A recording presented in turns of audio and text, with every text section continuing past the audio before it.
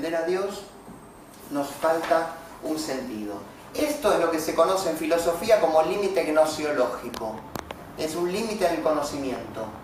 Entonces, cuando nosotros hablamos de Dios, cometemos un error. Este error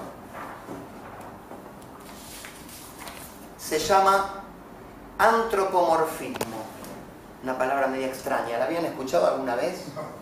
Antropomorfismo. Es un error que cometemos los seres humanos cuando queremos hablar de Dios, que es atribuirle a algo que no es humano características humanas. Fíjense acá. Bueno, esto es la palabra escrita en griego. Antropomorfo es una palabra griega, que es una combinación de dos términos. Antropos, que significa hombre. Por ejemplo, antropología, ciencia del hombre. Y morfo, que viene de morfé, que significa forma. Entonces, antropomorfizar es darle a las cosas características humanas, pero cuando no son humanas. ¿Se entiende? Por ejemplo, en los tiempos primitivos, los seres humanos, cuando no entendíamos algo, decíamos que había seres superiores, seres sobrenaturales interviniendo. Por ejemplo, en los fenómenos atmosféricos. ¿Quién no escuchó alguna vez, o quién no le dijo alguna vez a sus nenes chiquititos que cuando hay un trueno es Dios que corre los muebles? ¿No escucharon eso?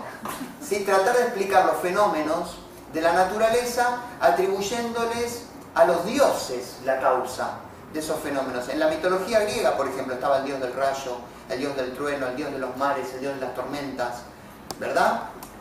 Es lo que se llama antropomorfizar los fenómenos cuando no sabemos bien de qué se trata.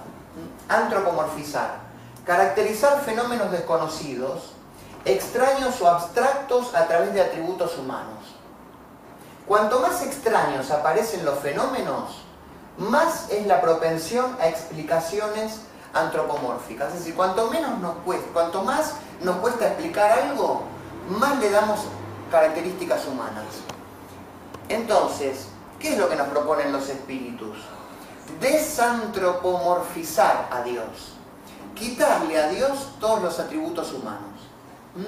Es el camino que sigue el progreso de las nociones a medida que se hacen más científicas. Cuanto más podemos explicar las cosas, menos le asignamos un carácter sobrenatural. ¿Sí? Hoy en día nadie puede decir que a los truenos, detrás de los truenos o detrás de los rayos está Zeus, ¿no? El padre de todos los dioses, siendo la causa de los fenómenos de las tormentas y demás. Hoy la ciencia sabe, no hay ningún ser, ningún semidios, ningún dios detrás de esos fenómenos. Está la naturaleza, simplemente. Entonces, a medida que nosotros evolucionamos intelectualmente, vamos desantropomorfizando los fenómenos. Lo que más nos cuesta desantropomorfizar es a Dios. Es a Dios. Hay una anécdota muy linda de San Agustín. San Agustín es un espíritu muy especial para mí. Ustedes saben que él intervino en la codificación, el libro de los espíritus. Muchísimas preguntas son respondidas por San Agustín. Y él cuenta, cuando estaba encarnado en el siglo III de nuestra era, San Agustín fue uno de los padres de la Iglesia, uno de los que sentó los principios del cristianismo en el mundo. Y él cuenta que estaba cierta vez caminando por la playa y se encontró a un nenito muy pequeño que estaba con un baldecito juntando agua del mar.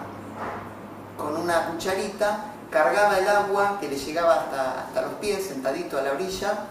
Y entonces Agustín se interesó por lo que hacía el nene y le preguntó: ¿qué estás haciendo? El chico le dijo: estoy tratando de juntar al océano, de poner al océano dentro de mi baldecito. Y Agustín se mató de risa, dijo: pero es ridículo lo que estás haciendo, no tiene sentido, es absurdo, es imposible reunir la inmensidad del océano dentro de la pequeñez de tu baldecito. Y el niño lo miró, se sonrió y le dijo: bueno, peor es lo que venías haciendo tú cuando caminabas meditando, porque pretendías colocar a la inmensidad de Dios dentro de la pequeñez de tu pensamiento. Maravilloso. Y efectivamente, San Agustín venía meditando acerca de Dios. ¿Sí? ¿Qué era Dios? Tratando de explicarse esa realidad. Después Agustín cuenta, ese niño no era un niño, era un ángel del Señor, que se había presentado, se había aparecido para advertirme, no te metas en ese laberinto sin salida.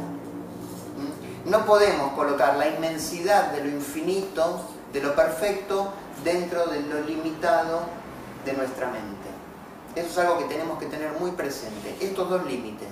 Lo que se llama el límite nociológico, es decir, el límite en el conocimiento de Dios, y el problema de la antropomorfización. Ojo, cuando hablemos de Dios, no pensemos en esto.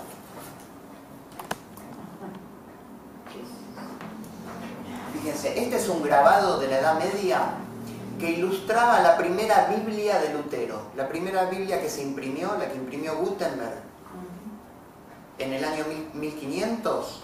Fíjense cuál era la concepción de Dios y del universo. A mí me habían preparado fronteras. Acá está. Esta es la idea antropomórfica de la divinidad. El señor de barba, el viejito de barba que está sentado en un trono arriba de las nubes. Fíjense, y desde allí dirige al mundo. Dios, creador del mundo, del planeta Tierra, en el centro del universo. Y alrededor de ese planeta Tierra girando el sol, la luna, las estrellas, las nubes, Adán y Eva en el paraíso. Un Dios anciano, un Dios hombre. ¿Cuál es la idea que tienen ustedes de Dios? Si nosotros salimos a la calle y le preguntamos a cualquiera, ¿qué es Dios para vos? Se van a imaginar esto. ¿Están de acuerdo? Ustedes mismos, cuando piensan en Dios, ¿se hacen alguna imagen? Ahora no. Ahora no, gracias a Dios, porque el espiritismo nos enseñó a desantropomorfizar a la divinidad. Ahora decimos, Dios es amor, es la inteligencia suprema, la causa primera de todas las cosas. Vamos a ver entonces, ¿qué es Dios para el espiritismo? La pregunta número 1 del libro de los espíritus, ni más ni menos. Dios es la inteligencia suprema, la causa primera de todas las cosas. Hay un espiritista brasileño que se llama Herminio Miranda, que ha escrito cantidades de libros extraordinarios, un intelectual de primera. Él cuenta una anécdota. Una vez se le acercaron de una revista espírita que se llama Reencarnación, una revista muy importante, y le pidieron que escribiera un artículo sobre Dios. Él dijo, no, imposible. Por favor, escribí un artículo sobre Dios. Entonces, ¿qué hizo? Él es un admirador de la cultura inglesa y fue a la famosa Enciclopedia Británica.